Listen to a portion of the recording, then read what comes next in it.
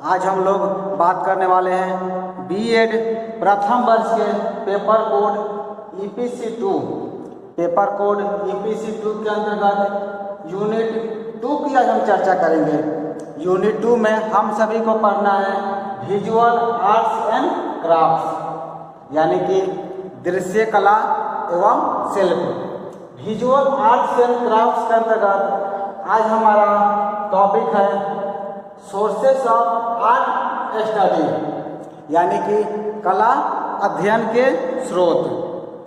Sources of art study के अंतर्गत हम चर्चा करेंगे कला अध्ययन के स्रोत। कला अध्ययन के स्रोत कौन कौन से हैं, इस पर हम विशेष चर्चा करेंगे आपके यूनिट 2 के अंतर्गत। यदि इसके हम कंक्लूजन की बात करें तो आप देख सकते हैं कि सोर्सेज ऑफ आर्ट स्टडी में हमने 6 पॉइंट यहाँ पर नोट डाउन कर रखा है।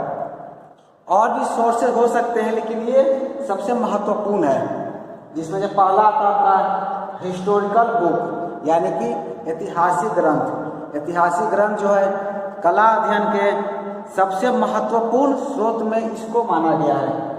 दूसरा आपका होता है इंस्क्रिप्शन। इंस्क्रिप्शन का आपका अर्थ होता है शिला लेख, यानी कि पत्थरों पर अंकित लेख, इंस्क्रिप्शन।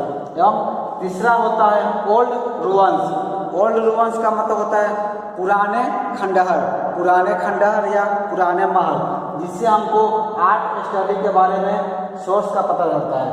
एवं चौथा है अकाउंट्स ऑफ ट्रेवल्स, यानी कि यात्रियों के वृत्तांत, क्योंकि भारत में समय समय पर अनेकों यात्रियों ने, विदेशियों ने भारत की यात्रा की और उन्होंने अपनी यात्रा वृत्तांत में भारत की कला एवं संस्कृति के बारे में वर्णन किया है। तो जब हम अकाउंट्स ऑफ ट्रेवल पढ़ते हैं तो हम भारत के आर्ट के बारे में, भारत के संस्कृति के बारे में, कल्चर के बारे में हमें जानकारियाँ प्राप्त होती है।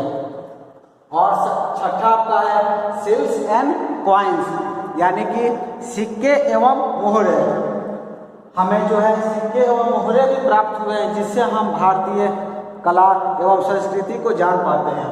एवं छठा है ऑटोबायोग्राफी, यानी कि आत्मकथाएं।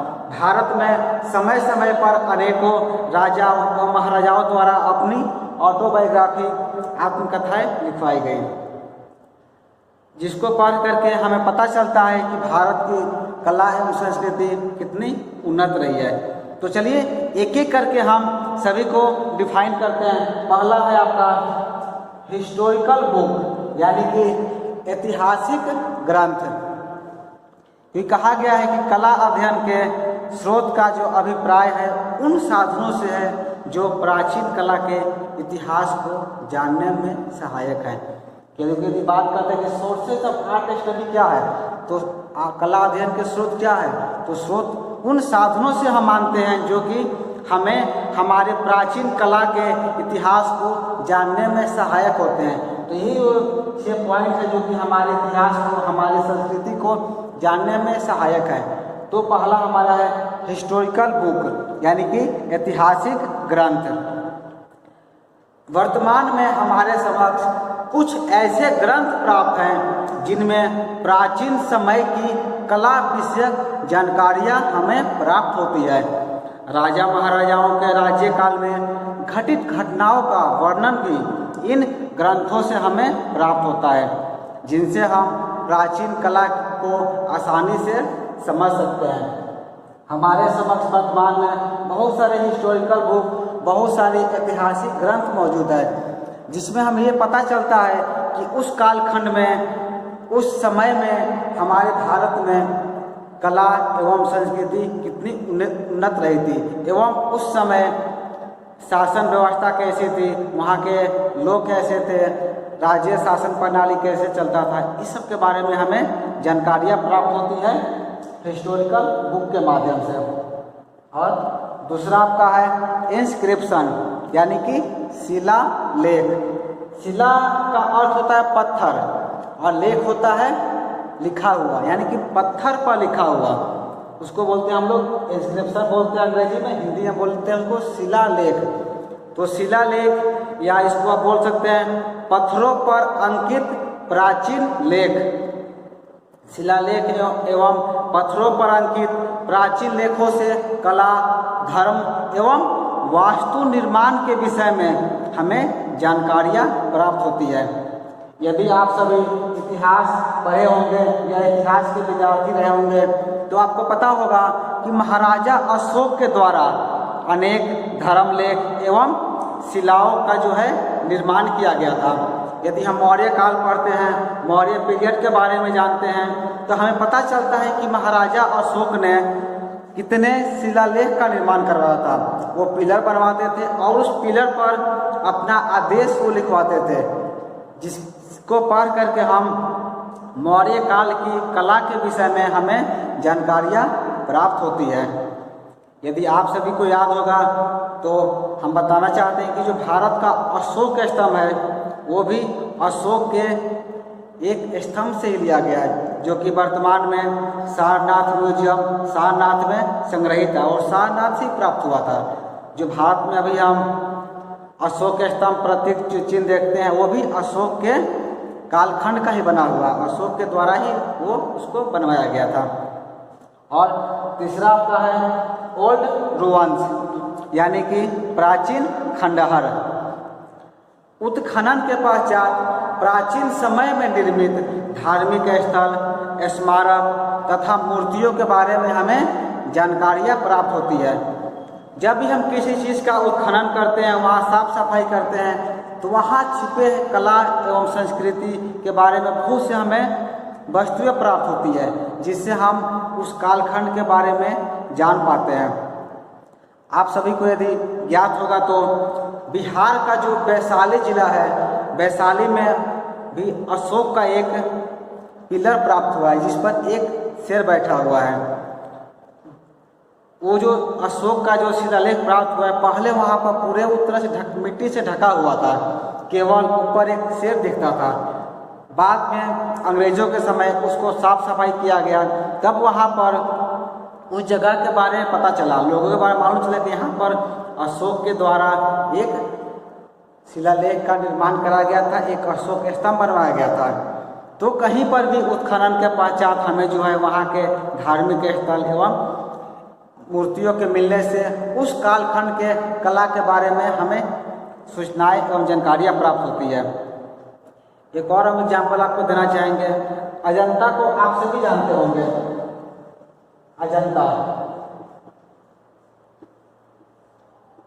अजंता जो है महाराष्ट्र राज्य में स्थित है। महाराष्ट्र में जो है अजंता की पहाड़ियाँ स्थित है। अजंता की खोज जो है 1819 ईस्वी में की गई थी। ये क्या है, अजंता की पहाड़ियों में जो है पहाड़ को काट करके 30 गुफाओं का निर्माण किया गया है, जिनमें से 5 गुफाएं चैत्य हैं एवं 25 गुफाएं विहार हैं। चैत्य गुफा का अर्थ होता है जहाँ पर बौद्ध भिक्षुओं के द्वारा पूजा अर्चना की जाती है, एवं विहार गुफा जो है उस गुफा को कहा जाता है जहाँ पर बौद्ध भिक्षु निवास करते हैं। यदि हम चैत्य गुफा की बात करें तो संख्या उसकी है 9, 10, 19, 26 एवं 30। ये गुफा का संख्या जो है, इस गुफा को हम लोग बोलते हैं चैत्य गुफा। 9, 10, 19, 26 और 30 नंबर की गुफा जो है चैत्य गुफा है, और बाकी सारी गुफाएं जो है विहार गुफा है। ये गुफा का नंबरिंग जो है ये हम लोग के अध्ययन की सुविधा के लिए किया गया था, क्योंकि जिस सीक्वेंस से वो गुफा का निर्माण किया गया है वो आप समझ सकते हैं ऐसे पहाड़ी है, अर्धचंद्राकार पहाड़ी है। उस पहाड़ी में अंदर खोद करके 30 गुफाओं का निर्माण किया गया है। तो जो हम लोग अध्ययन की सुविधा के लिए क्या किए हैं, सीक्वेंस से प्रत्येक गुफा का नंबरिंग कर दिया है, जिससे कि हमें अध्ययन की सुविधा हो। तो इसी अध्ययन के हिसाब से 9, 10, 19, 26 और 30 नंबर की गुफा जो है चैत्य गुफा है, और बाकी सारी गुफाएं विहार गुफा के अंतर्गत आती है। तो ये अजंता की बात करते हैं। तो अजंता का जब खोज किया गया, इसके पहले उसके बारे में कोई नहीं जानता था। इसका निर्माण जो है गुप्त काल में हुआ है, लेकिन उसके बाद से ये पेड़ पौधे एवं जंगलों से ढका हुआ था। 1819 में इसका खोज किया गया, तब हमें वहाँ छिपी उन्नत कला के बारे में जानकारियाँ प्राप्त हुई। हम समझ सकें कि उस कालखंड में भी भारत में कितनी उन्नत कला रही थी, कितनी उन्नत कला एवं संस्कृति रही थी, जहाँ पर इतने विशाल पहाड़ को काट करके गुफाओं का निर्माण किया गया है। अजंता से हम कुछ दूर आगे बढ़ते हैं तो हमें एक और पहाड़ मिलता है जिसका नाम है एलोरा। शायद आप सभी एलोरा के बारे में जानते होंगे। एलोरा भी जो है अजंता की तरह है, जहाँ पर हमें 34 गुफाएँ प्राप्त होती है। एलोरा में हमें 34 यानी कि 34 गुफाएँ प्राप्त हुई है। इसको भी पहाड़ को काट करके ही बनाया गया है। एलोरा में सबसे उन्नत कह लीजिए एक हमें मिलता है, पत्थर को काट करके मंदिर का निर्माण किया गया जिसका नाम है कैलाश मंदिर। आप सभी इतिहास को पढ़िएगा तो आपको मिलेगा कि भारत में वो शायद पहला ऐसा मंदिर है जिसको पूरे पहाड़ को काट करके, एक पहाड़ को काट करके पूरे मंदिर का निर्माण किया गया है जिसका नाम है कैलाश मंदिर। ये जो एलोरा में स्थित है। तो ये सब चीज़ें जो है हमें कैसे प्राप्त होती है, जो हमारी कला एवं संस्कृति रही है पुराने खंडहर, प्राचीन खंडहर, ओल्ड रुइंस से ही हमें प्राप्त होती है। हम पूरे पहले बात कर रहे थे सारनाथ के बारे में, जहाँ से हमें अशोक के द्वारा निर्मित भारत का जो है सारनाथ स्तंभ जो है 4 शेरों वाला स्तंभ प्राप्त हुआ है सारनाथ से। उस जगह को भी वहाँ पर जब साफ सफाई किया गया तब मौर्य काल की उन्नत कला के बारे में हमें जानकारियाँ मिल पाई। और हम इतिहास की तरफ बढ़े तो हमें याद आता है सिंधु घाटी की सभ्यता यानी कि हड़प्पा सभ्यता। हड़प्पा सभ्यता को भी आपको याद होगा दयाराम साहनी द्वारा 1921 में खोजा गया था। 1921 में दयाराम साहनी ने सिंधु घाटी सभ्यता की खोज की थी। तो सिंधु घाटी सभ्यता तो बहुत पहले से प्रचलित थी, लेकिन वर्तमान में क्या था वो हमसे छिप गया था, तो उसको खोजा गया। कैसे खोजा गया? वहाँ पर कुछ ऐसा सिंबल दिखे, ऐसे कुछ मॉन्यूमेंट देखा जिसको साफ सफाई करके वहाँ की उन्नत कला के बारे में हमें जानकारियाँ प्राप्त हुई। यदि उस जगह पर उत्खनन का कार्य एवं साफ सफाई का कार्य नहीं किया था तो इतनी जो उन्नत कलाएं जो है, चाहे वो अजंता की कला हो या फिर एलोरा की कला हो या फिर आपका सिंधु घाटी की सभ्यता की कला हो, उन सब से हम अछूते रह जाते हैं। आपका चौथा पॉइंट है अकाउंट्स ऑफ ट्रेवल्स यानी कि यात्रियों के वृत्तांत।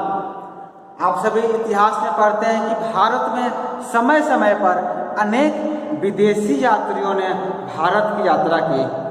अभी कुछ दिन पहले न्यूज में भी बार बार आ रहा था, चीनी यात्री वेन स्वयं की चर्चा हो रही थी क्योंकि चीनी राष्ट्रपति का भारत आगमन हो रहा था। तो उस आगमन पर न्यूज चैनल वालों ने या मीडिया वालों ने चीनी यात्री वेन स्वयं की तुलना उससे कर रहे थे, क्योंकि जिस जगह पर चीनी यात्री चीनी प्रधानमंत्री का स्वागत होना था, शी जिनपिंग का स्वागत हो रहा था, उसी जगह पर चीनी यात्री वेन स्वयं ने भारत की यात्रा की थी, भारत आए थे उसी रास्ते से, तो इसीलिए उसका चर्चा हो रहा था। तो यहाँ बात करते हैं अकाउंट्स ऑफ ट्रेवल्स, यात्रियों के वृत्तांत में भारत में जो है समय समय पर अनेक विदेशी यात्रियों ने यात्रा की और उन्होंने यहाँ की कलाकृतियों का अवलोकन कर उनके विषय में विवरण प्रस्तुत किया। तो उन्होंने जो भी विवरण हमारे समक्ष प्रस्तुत किया है उसको पढ़ करके हम भारत की उन्नत कला एवं संस्कृति के बारे में जान पाते हैं। अगला आपका पांचवा पॉइंट है सिल्स एंड कॉइन्स यानी कि मोहरे तथा मुद्राएं। प्राचीन काल में प्रचलित कला के विषय में मोहरों तथा मुद्राओं से भी हमें जानकारियाँ प्राप्त होती है। यदि आप सभी को कभी नई दिल्ली में राष्ट्रीय संग्रहालय घूमने का मौका मिलेगा या मिला होगा तो आप वहाँ देखे होंगे कि वहाँ पर सिल्स एंड कॉइन्स मोहरे एवं मुद्राओं के नाम से एक अलग ही कला दीर्घा बनाई गई है, जहाँ पर हमें प्राचीन कालखंड में प्रचलित सिक्के कैसे बनाए जाते थे, कैसे प्रचलन में थे, उन सबको सजो कर रखा गया है वहाँ पर। तो जब भी आपको नई दिल्ली या फिर नेशनल म्यूजियम जाने का मौका मिलेगा आप वहाँ पर सिल्स एंड कॉइन्स को जरूर देखिएगा, जिससे आप उन्नत कला एवं संस्कृति को समझ सकते हैं। हम बात कर रहे थे कुछ देर पहले सिंधु घाटी की सभ्यता की, इंडस वैली की। तो आप सभी हिस्ट्री में पढ़ते होंगे, इतिहास में पढ़ते होंगे। सिंधु घाटी सभ्यता के बारे में हम इतना इसलिए जान पाए हैं क्योंकि वहाँ पर हमें सिल्स एंड कॉइन्स बहुत ही ज़्यादा मात्रा में प्राप्त हुए हैं। इसीलिए मौर्य एवं मुद्राओं के कारण ही हम मोहनजोदड़ो एवं हड़प्पा की सभ्यता को जान पाए हैं, क्योंकि मोहनजोदड़ो और हड़प्पा से जितने भी मोहरें प्राप्त हुई है उस पर पशु आकृतियाँ निर्मित है। एक मोहर का मुझे स्मरण हो रहा है यहाँ पर, जिस पर पशुपति शिव की आकृति निर्मित है। ऐसा माना जाता है एक व्यक्ति है जो कि पशु के रूप में अपना मुकुट लगाए हुए हैं, जिस पर 2 सिंह है और उनके आसपास भी 2-3 पशु विचरण कर रहे हैं, जिसका नाम दिया गया है पशुपति शिव। पशुपति शिव का जो है बहुत ही सुंदर अंकन हमें मोहरों पर प्राप्त होता है, जिससे हम अनुमान लगा सकते हैं कि उस समय मूर्ति कला कितनी उन्नत रही होगी। एक और यदि हम मूर्ति की बात करें तो इंडस वैली से यानी कि सिंधु घाटी सभ्यता से हमें नटराज की मूर्ति प्राप्त हुई है। और इसके साथ ही साथ एक डांसिंग गर्ल यानी कि नृत्य करती, डांस करती लड़की की भी हमें मूर्ति प्राप्त होती है। और दाढ़ी वाले ध्यानी मनुष्य की भी एक मूर्ति प्राप्त हुई है। इन सभी मूर्तियों को जो है नेशनल म्यूजियम, राष्ट्रीय संग्रहालय नई दिल्ली में संरक्षित किया गया है। यदि आप नेशनल म्यूजियम कभी जाते हैं तो इंडस वैली सिंधु घाटी सभ्यता के नाम से एक अलग ही वहाँ पर दीर्घा का निर्माण किया गया है, अलग ही गैलरी का निर्माण किया गया है, जिसमें जाकर के आप उस समय कालखंड में बनी यानी कि सिंधु घाटी सभ्यता में निर्मित की गई सारे मोहरे एवं सिक्कों को आप देख सकते हैं एवं उस समय की उन्नत मूर्ति कला का भी अनुमान लगा सकते हैं। मान लीजिए कि यदि सिल्स कॉइन हमें नहीं प्राप्त हुए रहते हैं तो शायद हम उतनी उन्नत कला एवं संस्कृति को शायद समझ नहीं पाते हैं। और आपका छठा एवं अंतिम टॉप पॉइंट है ऑटोबायोग्राफी यानी कि आत्मकथा है। भारत में समय समय पर अनेक बादशाहों ने अपनी आत्मकथाएं लिखी। यहाँ बादशाहों का जिक्र हो गया कि यानी कि मुगल काल, जितने भी हमें आत्मकथाएं प्राप्त होती है वो मुगल काल से प्राप्त होती है। यदि हम मुगल काल के पहले जाते हैं इतिहास में तो हमें उतनी ज़्यादा मात्रा में या कह लीजिए कि नहीं के बराबर हमें आत्मकथाएं मिलती है। लेकिन मुगल काल से हम देखते हैं कि जितने भी बादशाह हैं, चाहे वो अकबर हो, चाहे वो बाबर हो, चाहे वो जहांगीर हो, सबने अपनी अपनी आत्मकथाएं लिखी है। तो हम उस आत्मकथा को पढ़ करके भी मुगल काल में प्रचलित कला एवं संस्कृति के बारे में समझ सकते हैं, क्योंकि मुगल बादशाहों ने अपने आत्मकथाओं में प्रचलित कला, कलाकार, स्थापत्य एवं कलाकृतियों के विषय में जानकारियाँ दी है। जब उन्होंने अपनी आत्मकथा लिखे हैं, जो मुगल बादशाह थे, उन्होंने अपनी आत्मकथा में जो उस समय की कला प्रचलित थी और कौन कौन से कलाकार थे, उन एवं स्थापत्य कला कैसी थी, वहाँ पर भवन का निर्माण कैसे होता था, इसके बारे में उन्होंने विशेष जानकारी दिया है। एक चीज़ आपको हम यहाँ ऐड करा देते हैं, आप नोट आउट करके भी लिख सकते हैं। नोट्स आप बना रहे हैं तो वहाँ पर एक नोट्स में पॉइंट लिख लीजिएगा कि मुगल काल से पहले जितने भी चित्र का निर्माण होता था या जितने भी चित्रों का निर्माण हुआ है, किसी पर भी हमें चित्रकार के नाम दिखाई नहीं देते हैं। यानी कि मुगल काल से पहले जो भी हमें पेंटिंगें प्राप्त होती है, हम भारत की परिप्रेक्ष्य में बात कर रहे हैं। भारत में जितने भी कालखंड है, चाहे वो गुप्त काल हो, चाहे वो शुंग काल हो, जो भी कालखंड हो, जितने उसमें पेंटिंगें और चित्र बनाई गई है, जैसे कि अजंता की गुफाओं में जो चित्र बने हैं और भी जगह चित्र बने हैं, कहीं पर भी हमें चित्रकार के नाम लिखे हुए नहीं दिखाई देते हैं। यानी कि उस समय पेंटिंग पर चित्रकार अपना नाम नहीं लिख सकते थे। लेकिन जब मुगल काल आता है तो मुगल कालखंड में ये परंपरा टूटती है और मुगल काल में हमें जितने भी चित्र प्राप्त होते हैं, प्रत्येक चित्रों पर चित्रकार के नाम लिखे हुए मिलते हैं। हमें तो यहाँ तक भी प्राप्त होता है, यदि एक चित्र है तो उस चित्र में स्केचिंग कौन किया है, और कितने लोगों के द्वारा उस चित्र में रंग भरा गया है, सभी के नाम चित्र पर हमें दिखाई देते हैं।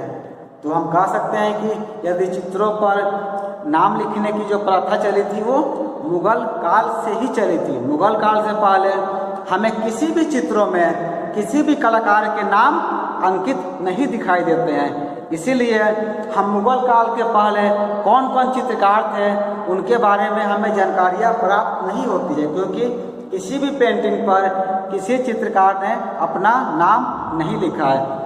बस हम चित्रों को देखकर यह अनुमान लगाते हैं कि ये चित्र उस कालखंड का बना है। जैसे हम यदि अजंता के चित्रों को देखते हैं तो हम यह अनुमान लगाते हैं कि ये चित्र गुप्त काल का बना हुआ है। तो हम बस कालखंड का अनुमान लगा सकते हैं। चित्रकार के बारे में हमें ज्ञात होता है मुगल काल से, क्योंकि मुगल बादशाहों ने जितने भी चित्र बनवाए उसमें चित्रकारों के नाम जो है वो लिखवाए थे। उसी तरह यदि बाबर की बात करें, आप सभी को पता होगा भारत में बाबर जब आता है तो बाबर के द्वारा ही मुगल काल की स्थापना की जाती है। तो बाबर ने अपनी आत्मकथा लिखा जिसका नाम था वाकयात ए बाबरी। उसने क्या किया, एक आत्मकथा लिखा बाबर ने। बाबर की आत्मकथा का नाम है वाकयात ए बाबरी। और जहांगीर के द्वारा लिखित जहांगीर ने अपनी आत्मकथा लिखा जिसका नाम उसने दिया तुजुक ए जहांगीरी। और अबुल फजल के द्वारा लिखी गई आईने अकबरी। यहाँ पर बहुत एक महत्वपूर्ण चीज़ है जो आपको याद रखनी है। बाबर ने अपनी आत्मकथा स्वयं से लिखी और जहांगीर ने भी स्वयं से लिखी, लेकिन अकबर ने आईने अकबरी की यदि हम बात करें, कई बार यह प्रश्न आपसे पूछ दिया जाता है कि आईने अकबरी को किसने लिखा, तो आपको अकबर नहीं देना, यहाँ पर देना है अबुल फजल, क्योंकि अबुल फजल के द्वारा आईने अकबरी को लिखा गया था। ये आप नोट आउट कर लीजिएगा, इसको याद रखिएगा, क्योंकि वाकयात ए बाबरी बाबर के द्वारा लिखा गया है, तुजुक ए जहांगीरी जहांगीर के द्वारा लिखा गया है, लेकिन आईने अकबरी अबुल फजल के द्वारा लिखा गया। ये जनरल कंपटीशन में यह प्रश्न आपसे कई बार पूछ दिया जाता है कि आईने अकबरी को किसने लिखा, तो आपको बताना है अबुल फजल के द्वारा आईने अकबरी को लिखा गया। यदि इन सब को हम पढ़ते हैं तो हमें उस समय की चित्रकला संबंधी महत्वपूर्ण जानकारियाँ प्राप्त होती है, क्योंकि जब आत्मकथा लिखी जाती थी तो हम बाबरनामा देखते हैं या आईने अकबरी या फिर तुजुक ए जहांगीर, जो भी हम देखते हैं सब में हम पाते हैं कि प्रत्येक पृष्ठों में चित्रों का भी निर्माण किया गया है। तो उन चित्रों को देख करके हम अनुमान लगा सकते हैं कि उस समय कला कितनी उन्नत रही थी, भारतीय कला कितनी समृद्ध रही थी।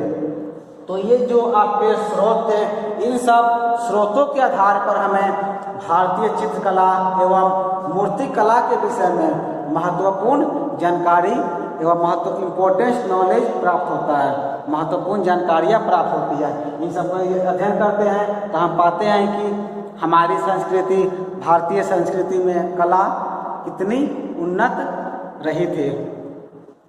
इस वीडियो में हमने जाना sources of art study, visual arts and craft, दृश्य कला एवं शिल्प के अंतर्गत सोर्सेस ऑफ आर्ट स्टडी के हमने कुछ पॉइंटों पर बात किया जिससे कि हम भारतीय कला को आसानी से समझ सकते हैं। इस वीडियो में इतना ही। हम अगले वीडियो में दृश्य कला एवं शिल्प, विजुअल आर्ट्स एंड क्राफ्ट के बाकी यूनिट को लेकर आएंगे। धन्यवाद।